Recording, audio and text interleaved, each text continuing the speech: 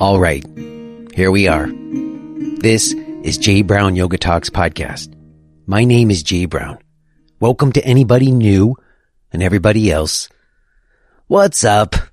Thank you to whoever you are for listening today. If you were here last week, apparently I am not the only one who felt like the new year came in with a discouraging turn.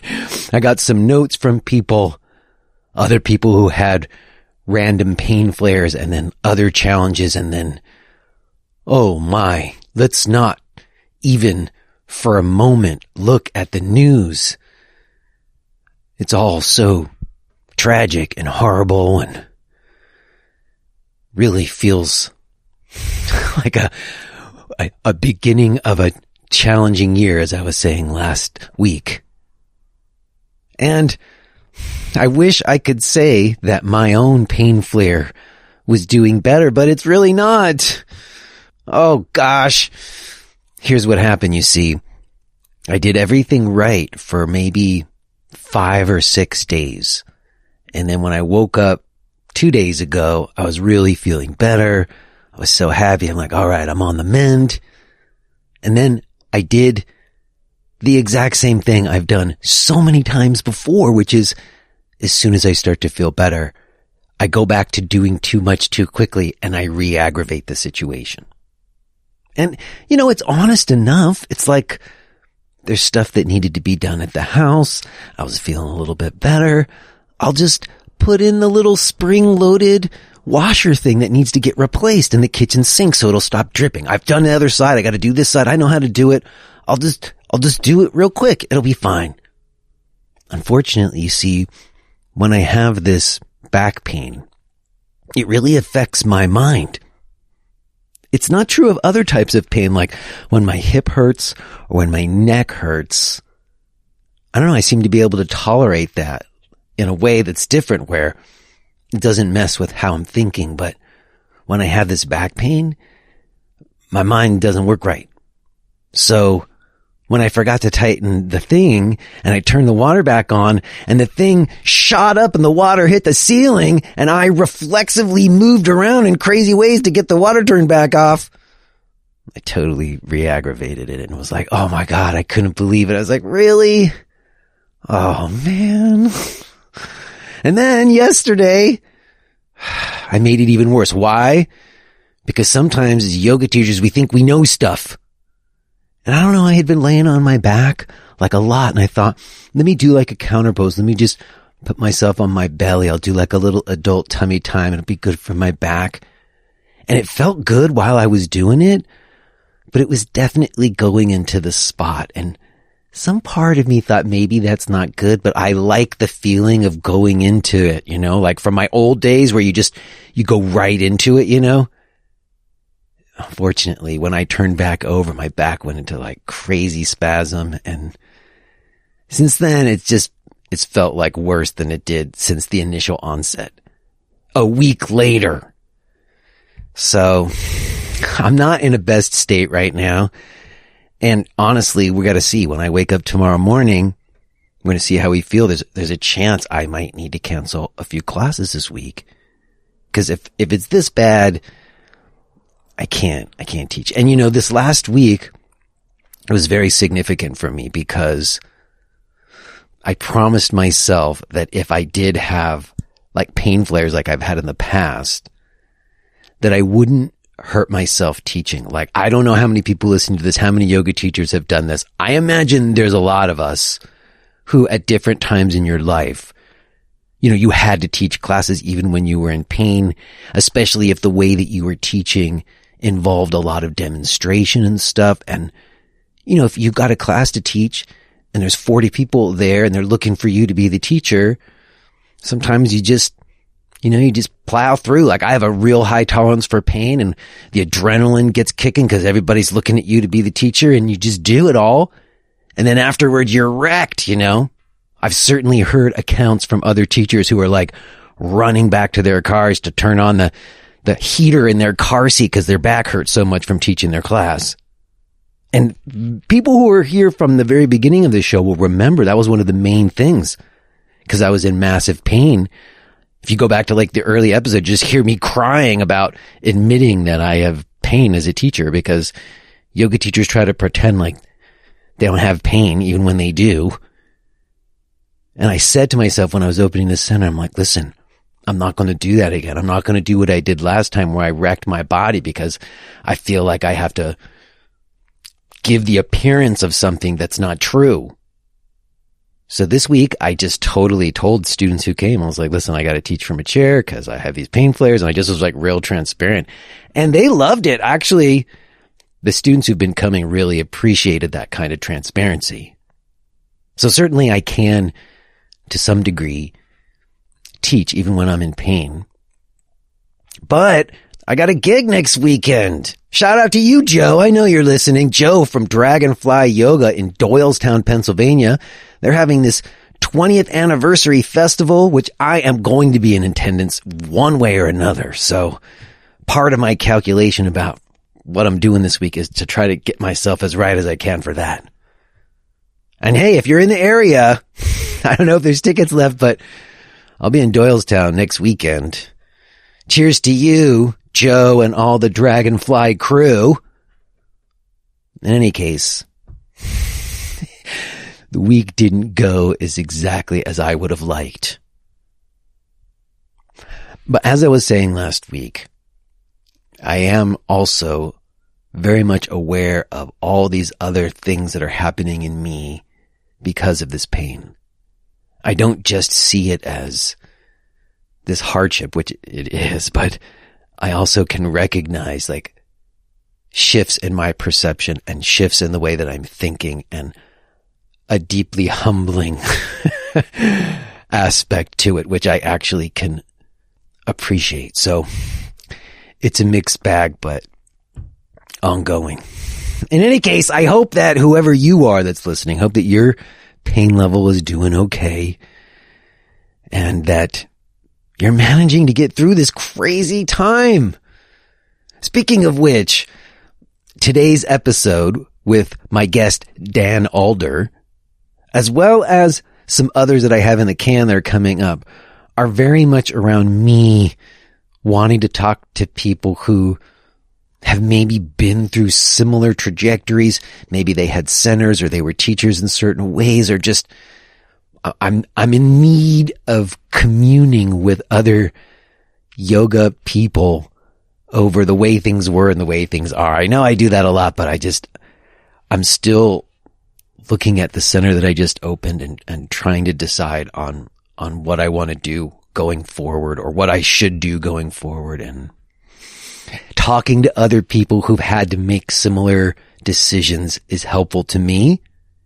And it just so happens that Dan also, not too long ago, maybe a couple years ago or somewhat recently, maybe a year ago, I can't remember exactly, he and a co-author did a translation of Patanjali's Yoga Sutras.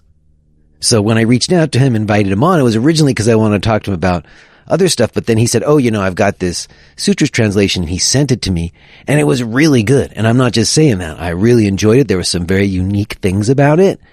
So we have quite a bit of conversation about that as well. So it was really great to connect with Dan on both the then and now of the yoga world, as well as some good old sutra readings. And I'm very glad to be sharing it with you today.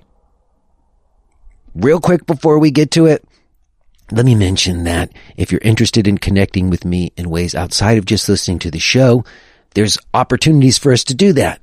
There's ongoing live classes. There's a weekly discussion group. I've got on-demand continuing education videos. Or maybe you would like to help support this show and get access to the full-length archives with a podcast premium subscription. You can find all the stuff at jbrownyoga.com. Okay, y'all. That's about as much as I can muster right now, so we're going to leave it there. I will touch base with you on the other side, but let's go ahead and get to it. Let's listen to this conversation that I had with Dan Alder.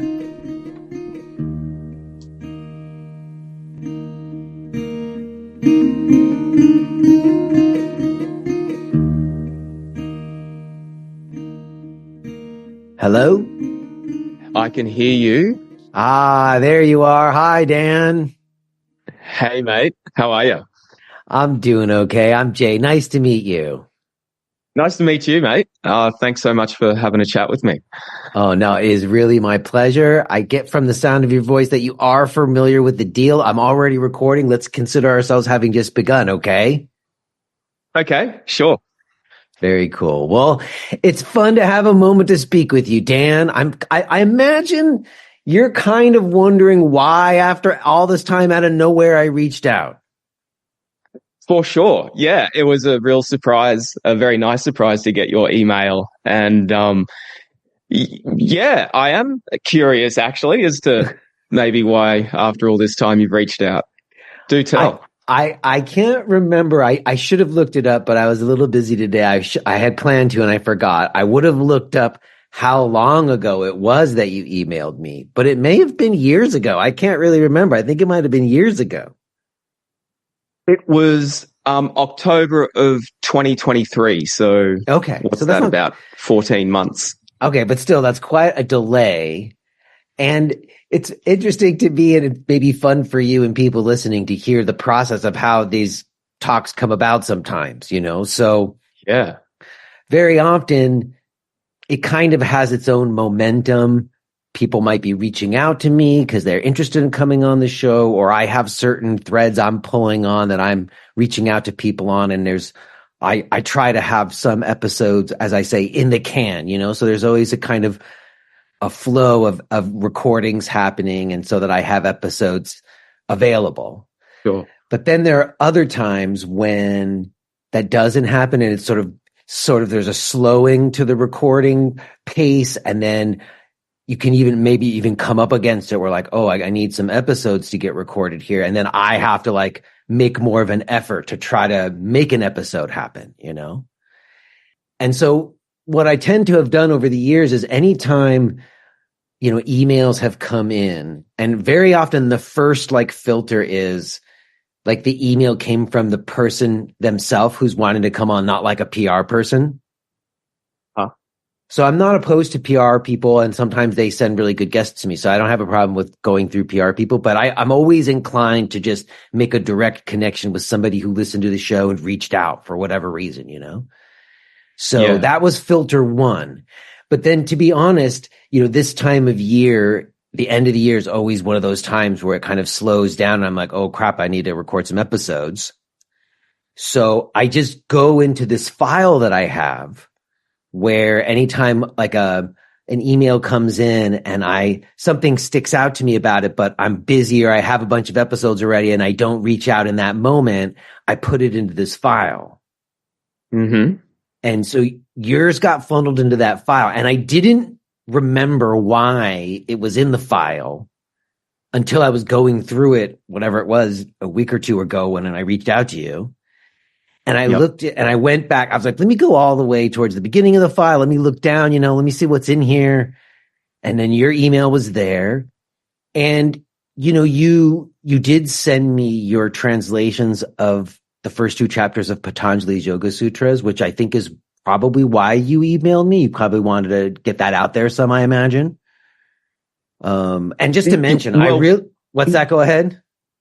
Oh, just that with that initial email, I had only told you about what me and my friend Shri had done, but I didn't actually send the translations to you in that first email. Oh, right. You mentioned them, but you only recently in the last few weeks sent them to me. And I just want to mention to you that they're really cool. There's something really unique about them, and we'll talk about them today. Right. But what I was going to say is that I know what it was that made me put you into the file originally, because when I was looking through a couple weeks ago and I just went to your website and I saw something that you wrote, and it said, oh, you were the owner and full-time teacher at a yoga center from 2010 to 2017. Mm-hmm. And then you wrote something about kind of like moving away from the city after that. Yeah. and how your focus and practice became much more about like the contemplative or philosophical aspects of practice after that. Yeah. And that was, and the bells dinged for me because I sold my center in 2017 and moved away from the city too. Okay. So in any case, that is what brings us together. There's like for me, I'm always just looking for a little thread that, I don't know, connects. And I just feel like there's people who kind of fell into being yoga teachers at a particular time. Yeah. And like you, had a center for a while maybe, and then it's post center and now post pandemic. And so I'm curious to connect with people like yourself and see if I can gain more clarity on what's happened. Yeah, for sure. I understand your curiosity in what you know about me and my little history, and also just likewise, from me in the little I know about you, you've spoken and you're curious about this past way of teaching yoga and thinking about yoga. And because, of course, we're all moving into the future, we need to somehow, make that thread, like you say, of our own past and how we're going to carry that with us into the future so that we can become, yoga teachers of whatever stripe it is. But to fit with our own growing and maturing and that sort of thing. So I feel like I've heard you, vocalize your, how at times you're uncertain perhaps about that, how that thread definitely gets threaded. There's a lot of uncertainty. Yeah. So I think sorry, maybe No. I'm happy to let you keep going, but here's what I would say. Here's where I was going to start us in our conversation, because I do normally try to come up with like, what's the starting point? And I guess the starting point for me is I'm curious, like, what was the scene like in 2010, I guess, where you were in Australia, and what made you decide to open a center then? Yeah. Well, like so many people, I guess my story begun with just like discovering yoga almost by accident. It was recommended to me by a friend who just said, "You might dig this, man." And I really had no idea about, any of it. As far as I was concerned, it was just a physical activity that I was going to go and do. And then like I just took to it like a duck to water, and like I loved it. And because of how I felt at that stage in life, in myself and about the world generally, it really had a massive and enormous impact on me, on my, well, just how I felt in myself, in my clarity. Like my thoughts became more positive and optimistic. And from that, I guess I just adopted this attitude of, if this yoga practice can do what it's done for me, then there's hope for everybody. And so I became a bit evangelical. I got into it 100%. And from there, I did a teacher training, and I was, enthusiastic to say the least as a student in teacher training. And as it turned out, at the end of my teacher training, my teacher was going to sell up the studio and move away from Brisbane, which is where we were living. And I asked the question, what's going to happen to the studio when you move away? And I guess at the same time as I asked the question, I also posed the answer, which is, how about I take it over? So I was somebody who just jumped right in from teacher training into studio ownership and full-time teaching. And by a lot of people's measure, I did all right. That's kind of crazy. How long had the center been operating before you took it over? I imagine some time. Yeah, I think, for some time for sure. In a couple of different locations. So Kate Pell was my teacher's name. And so she opened the yoga den in West End, where I took over. Probably only, a handful of years, call it 5 years prior. But before that, she actually had a yoga studio, and this is how it got the name the Yoga Den, because her home in a suburb called Annerley was an old scout den, and so it became the Yoga Den. So it had existed there at her home for a number of years. Then it became a commercial premises in West End, in Brisbane's inner suburbs, and then I took over in 2010. And I kind of did do some traveling. I went to Australia. I might have been right after you closed or right around the latter part of you having that spot. And if I recall, like, the yoga scene in Australia was quite thriving, like even more so than New York in a certain way. When you took over the place, like, how big a place was it? Did it have more than one room? No, it was just one fairly large room. I guess by comparison to a lot of studios. Like how many mats? But like on a really busy night, you could cram 35 people in there. Okay. Which might seem quite small compared to I don't know, some standards, but that was a fairly large class at that time, I guess. Yoga was definitely a growing thing, as you say. It was quite popular, but still, in a sense, it was on the fringes. Not everyone was doing it or knew about it. So to get 35 people crammed into a class was, from a studio owner's perspective, a good couple of hours work. Yeah, no, I get it. That's the same. My place, I think it would have been like 1,500 square feet, and you could put 40 in there if you put it in tight. And, and I would say average, it was more like 12 to 15, which was still good. It was still good. Yeah. So, all right, when you took over the place, did it already have like a full schedule of classes and a staff of teachers? Yeah, there were a couple of other teachers other than Kate, who had it just prior to me. But when I took over, I guess just like with so many businesses, there was a drop off of clientele, and some of the teachers didn't want to continue. I guess they just saw it as, a certain thing, and that thing was going to change now that it was under control of somebody new. So when I first took over, I guess it was a bit like beginning again, and I just assigned myself all classes for the entire week in, week out. And yes, welcome to my world right now. Completely. I know what you mean, because you're just starting a place and you need to keep the classes going and say, what else are you going to do? Show up every day. Exactly. Yeah.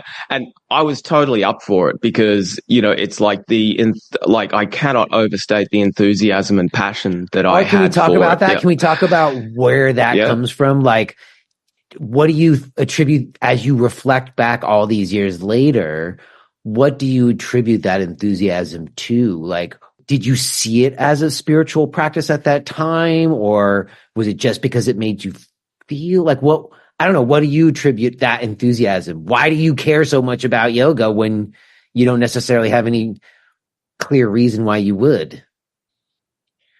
Yeah. I think in retrospect, to ask whether I saw it as a spiritual practice, just in total honesty, I would not have been able to recognize a spiritual practice back then. Even though I'd heard the word spiritual practice and, I'd heard people talk about yoga as a spiritual practice, I really don't think that I could grasp what that meant. So it wasn't a spiritual practice that, helped me with the enthusiasm and passion. But with all this time having gone by, this is what I now think. So back then, I told people yoga changed my life. Yoga made me feel better. It made me healthier. It made me more mentally, stable and optimistic. But this is what I say now. It was discipline and routine that made me stronger, fitter, healthier, happier. So I believe that those, just if people give themselves to something, whatever that something is, whether it be gardening, whether it be to, running, or, the maintenance of a home or a family, if people give themselves to it fully, I think that those benefits are always going to be somewhat recognizable as happiness, health, and the rest. I think that's true. And recognizing that and your own patterns, and then like tweaking what your routines and rituals are, and then being disciplined enough to stick to them, as you were saying, really does kind of account for most of it, doesn't it? Yes, that's right. And because it accounts for so much of it, I think this is why it can be, given to many things instead of just one thing. Yeah. All right. Well, okay. So let me ask you about the practice that you were doing. What was the sort of like approach that you had learned as you became a teacher? Did your approach change? Yeah. Well, I think at the beginning for me, it was really all about just replicating. It's like it's like my teacher, Kate, I loved what she did, and I guess I just wanted to reproduce that. So at first I felt like I was just simply trying to fill the shoes of somebody else. And what was that? Was that like a vinyasa practice, or like what was the style or approach that she taught you? Yeah, no, she'd undergone Iyengar teacher training herself. So, but she, because the Iyengars can be very strict about the delivery of, So although she'd done the Iyengar teacher training, she didn't become an Iyengar teacher, but she still had very strong influences of that in terms of, alignment and all the rest, the use of props and all that kind of thing. Did she ever talk about, I'm sorry to interrupt you, but I'm curious about that one thing. Because Iyengar training is often considered kind of like a gold standard for training. Did she ever talk about why she wasn't necessarily an Iyengar teacher, even though she was Iyengar trained? I think in a nutshell, it came down to just feeling a bit restricted, and sort of like knowing in herself that there were, that there was more than one right way, and that she wanted to be a little more holistic and a little broader than what those teachings would allow for. Interesting. Yeah. All right. So what she taught you wasn't Iyengar style, but was she drawing on other influences that she had as well, I imagine? That's right. Yeah. So lots of the Iyengar alignment and use of props, but in addition to that, Kate always had a interest in philosophy, and I know the Iyengars are, into their fair share of philosophy, but that's something that Kate leaned on quite heavily, and so there were always sort of philosophical ideas and discussions take place throughout her classes and her training. But in addition to that, this interest for her goes back a long way, but in more recent years, she did a degree in traditional Chinese medicine. So she's always sort of had this sort of broader outlook into, what is good for a person, or, what is it that she wants to share with her students. I get it. All right. So you take over the place, and was that like a shock? Was it? I can only imagine. Had you had any idea how a center ran, or like, was that something that you took to, like that aspect of running a center, because it's not just teaching, it's all the rest of it? Yeah, I just took to it, and it was a simple little business. Like, although, there was that, it was capable of those numbers of up to 35 a class, but my business model was always so simple. It was a cash only business. So I didn't have to worry about all that, digital payments. And, I also didn't get into websites or Facebook and that sort of thing. It was just simply, here is a building. I've got a yoga sign on it. people who walk by will make the connection and hopefully they'll come in.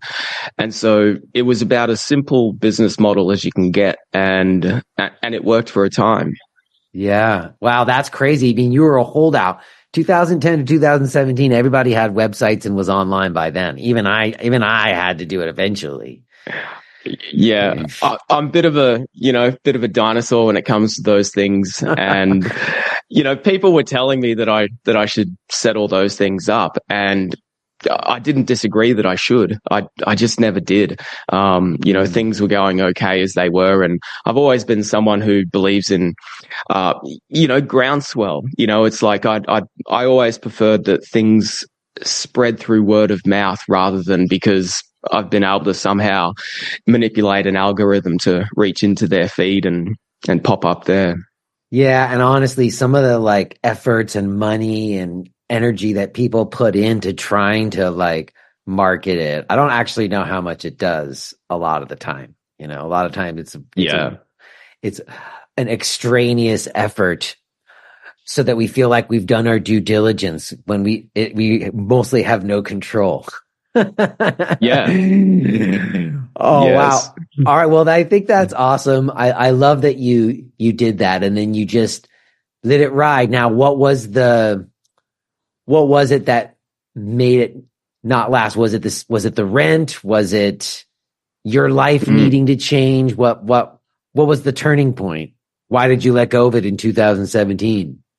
Yeah, it was a combination of things. There were some of those, rents continue to go up and also competition in the area. I think when I left West End and closed the yoga studio down, there were no fewer than probably 8, or maybe even more, but I'm saying 8 as a conservative guess, number of places that people could go to have a yoga class. And, this is just one suburb. This is, a mile radius type of thing. And they all had websites, I'm sure of it. Oh, absolutely they did, yeah.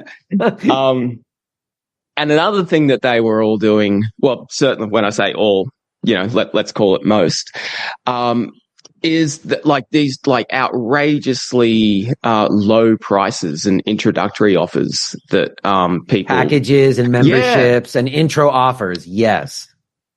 That's it. And I always operated by the philosophy, I will give you a fair product or service and you will give me a fair payment in exchange. And I never liked the idea of a month of yoga for $30. I mean, I would give it away, absolutely. But it's like there's that part of me that I would do all this for free. However, I have to make ends meet. So as a business model, I won't try and rope you into some kind of yearly membership. I will just ask you to pay me for one class and I will give you one class and I hope you come back for more.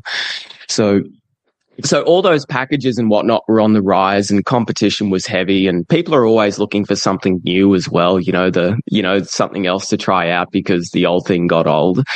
Well, wait a second. Let me stop you for a second. Because I want to say something about what you just said about the packages because, I did just open a place and I am doing what you did in 2024. I just $15 per class per student. Cash. They can use Venmo or PayPal or whatever, but it is essentially cash. There's no intro packages, no memberships. And it's been really interesting. One person even reached out to me and they wanted, I think, to buy a gift card for somebody. Mm-hmm. And they were saying, well, can I buy 5 classes and get a discount, And I wrote them an email, very thoughtful email, basically saying, I could charge $17 or $18 for a single drop-in and then do 5 class or 10 class packs where you get $1 or $2 off of each class. But then if I do that, then I got to keep track of your classes, which you could do with a punch card if you wanted or something. But then you got to enforce expiration dates. Because they can't be good forever. And then there's always that question of why can't they be good forever? But all of those things come into play. And then memberships on the other side of it, like doing the memberships. And just so listeners like understand this, because I was talking with someone about this other day and they had never heard this before. But if you do memberships, in my experience, what happens is, to your point, it disconnects the actual money that comes in per class, per student.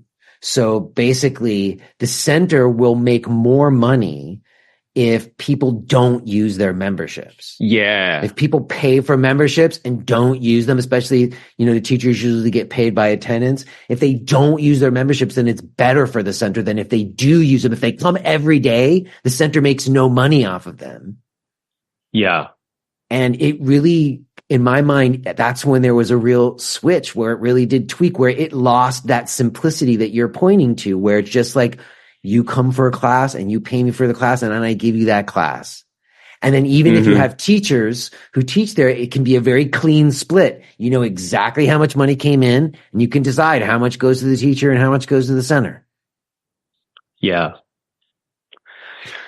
So anyways, I just wanted to say that for people listening, because there is a logic to my madness. And the person, ironically, the person did email me and kind of thanked me for sharing that insight, but didn't come in and buy classes. You know what I did? You know what I did do? I bought these like pogs. They're like little coins that just say one class and then have the logo on there. Oh, yeah. So they're like birdhouse yoga coins, and they're good for one class, and people could buy those or whatever. But the point being that it is kind of trying to get back to a certain thing that you're pointing to, that you had with your place, that when it came time to kind of adapt to the other thing, you were like, nah, maybe I don't want to do that. Right.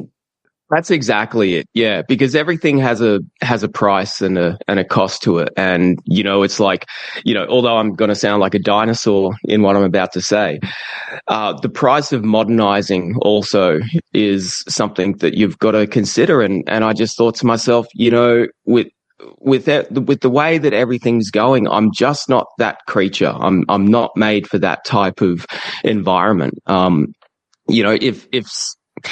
If running a business simply is no longer viable, then I will just simply not run a business anymore. Because I guess I was seeing in people I knew who were yoga teachers, all the effort and time that they were putting into, writing posts or taking photographs of themselves for social media and all that stuff. And there was a part of me that thought, like, good on you. Like, that's fantastic that you're putting in all that work. But there was another part of me that recognized that was not for me. So I guess you take a bow and walk away. No, but it's a big move, especially after 7 years. That's like the main thing, probably the only thing that you did. It was, yeah, that was. When did you know that you were going to do that? Like, was there a moment where you're like, yeah, I gotta be done with this? Was there a specific moment that stands out to you? No, probably not a moment that I can pinpoint, but I felt it brewing for probably about 12 months. Just thinking to myself, what am I going to do? How am I going to continue to make ends meet? And I guess like the decision was finally made when the people that I live with, Matt and Aileen, hello guys, when they decided for a tree change. And so they said, all right, well, we're going to move away from the city and to where we now live, which is a little locality in the far south of Queensland, close to a town called Stanthorpe.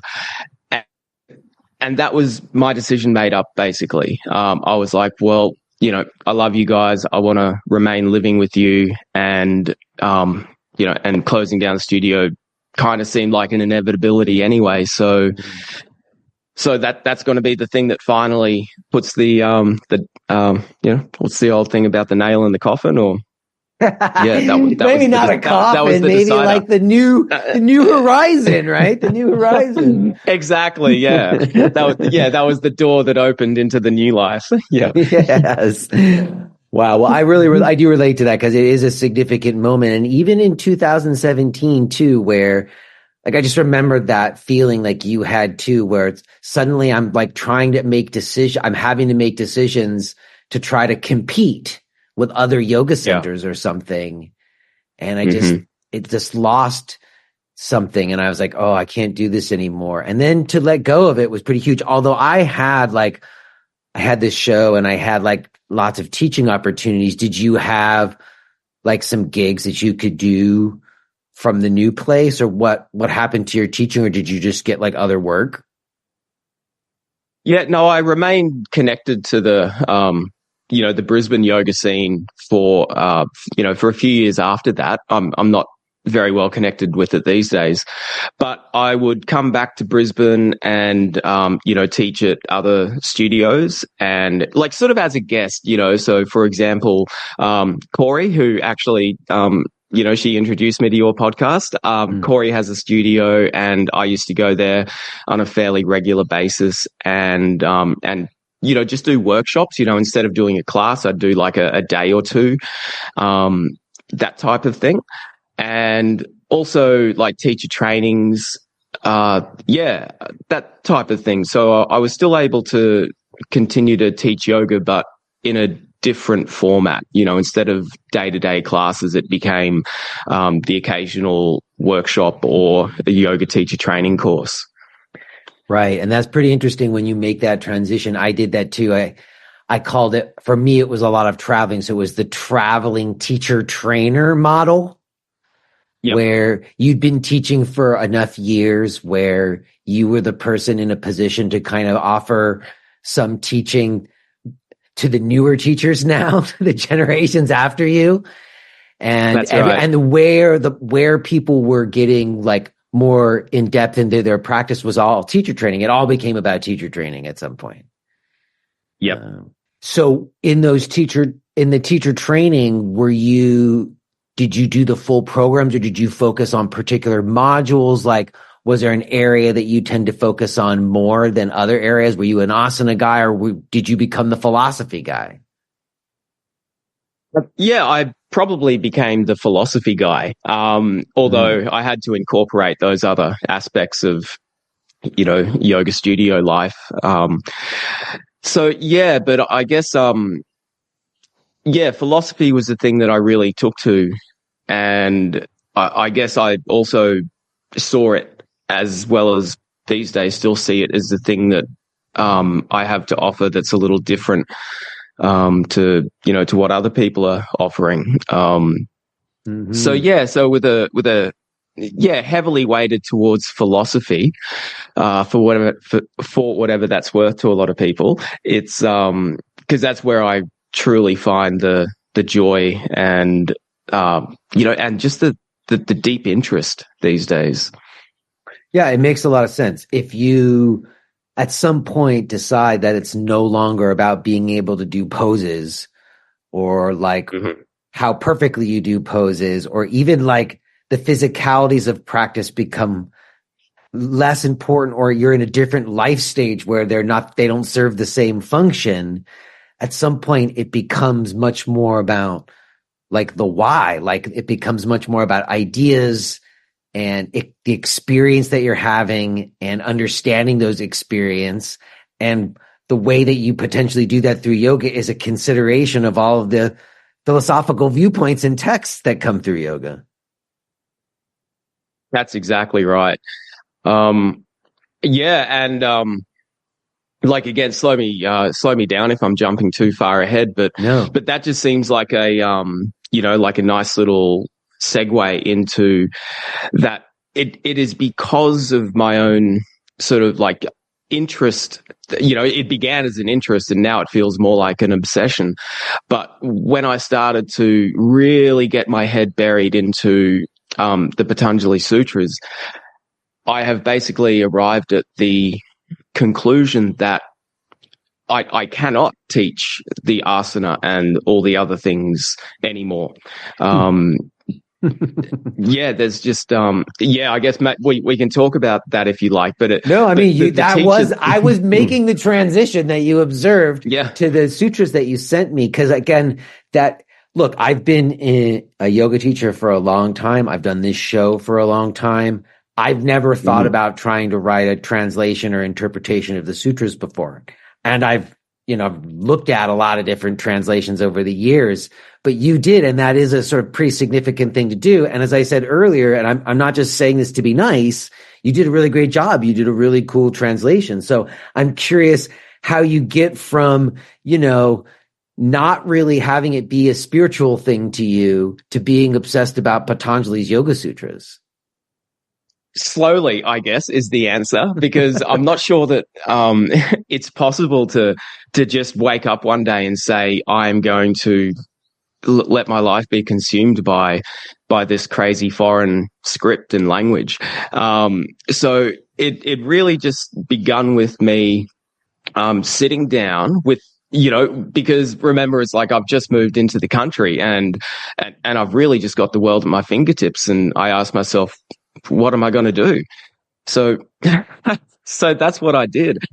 And I never set out with the intention to do what we've done, which is produce these books and all the rest. But I did intend on just like opening up, some philosophy books and some translations and just to begin trying to make the connection between what is in these books that I have on my shelves, like, the translations of other people. And if I go to a Sanskrit dictionary, and try and just, compare the words that they've, chosen as Sanskrit translations and let's just see what happens, and it was all just about trying to, I guess, see if I could find what those people found. And, so that was kind of it. But I guess long story short, I didn't find what those people found at all. Wait a second. Let's wait through that. I guess I'm curious about your co-author. His name is Shri. Is that right? That's right. Yeah, Shrikant. So but we call him Shri. Yeah. It seems like that relationship has a lot to do with you producing this translation too. How did you two meet? Yeah. Thank you for asking, because, he is such a big part of the story. So Shri was somebody who first approached me back in, where are we? It would have been 2014. And so he sent me an email basically saying that he would like to offer, an introductory Sanskrit course, and that he's looking for a space to be able to give that course. And so he contacted me out of the blue just because I was a yoga studio owner in the area that he was living. And, and in his email, he, sort of said that he was just, going to do the course by donation. And I got back to him, and I think I basically said, look, if you're happy to offer the course by donation, I'll happily give you the space to give this course. And because old school. It started That's up, so old school of you. You're like, school. Yeah, he's not going to charge anything. You can have it for free. That's amazing. Yeah. It just seems like, it's like I do the same thing today. It just seems like the right thing to do. But yeah, so anyway, the Sanskrit course that he gave, it was each Saturday morning after my Saturday morning teaching. And so I just stayed. And that was the beginning of how I got to know Shri.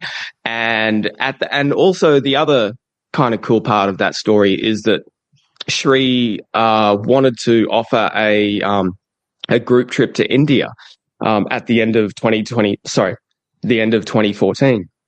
So for those of us who did the course, and we learned a few things, Shri would give us a bit of a guided tour around the south of India. And so as it turned out, I was the only one who did that, but but it was awesome. Yeah. That's amazing. That's awesome. I mean, you took him up on it, and to have someone to guide you through that place is invaluable. Oh, I would have been absolutely lost without a hope if I'd have tried traveling India without Shri. Yeah, so he was an amazing guide, and and a great friend, and and he has been such a wonderful teacher, because I guess just to continue with that story of Shri, like time went by before I started to want to get serious about a translation of the sutras.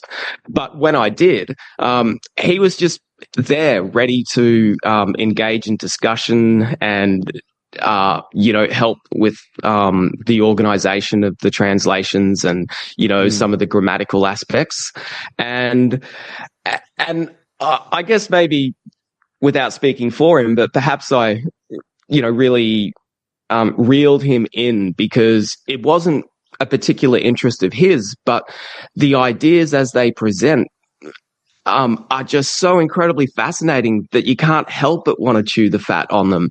So when we made a start, just one sutra led to another until we got to the end, because it's kind of like, how is this going to resolve itself? Every sutra, in a sense, it either provides an answer for which you want to, ask another question, or it provides you with some type of information that might just blow your mind for a little while. And, and then you're like, wow, let's dig deeper into it. Okay. So that was going to be my question, is it was sort of you who was like, hey, you want to do this? And you said that you made a reference before about going to like a Sanskrit dictionary and looking up individual words. And I guess I had a similar thing where at one point I realized that translating Sanskrit into English was this very subtle thing that was open to wide interpretation. That could if you just look up a Sanskrit word, it'll give you like 20 English words. Yeah. And I thought, well, who decides which one of these English words goes with it?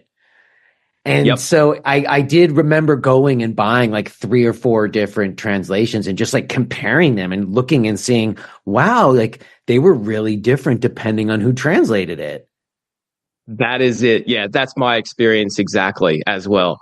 And it's like, who does get to decide, which English word goes with which Sanskrit word. And I guess this is why it's open. If you are hearing this message, then you're listening to the free version of J. Brown Yoga Talks. To hear the rest of our conversation, please subscribe to Podcast Premium at jbrownyoga.com/premium.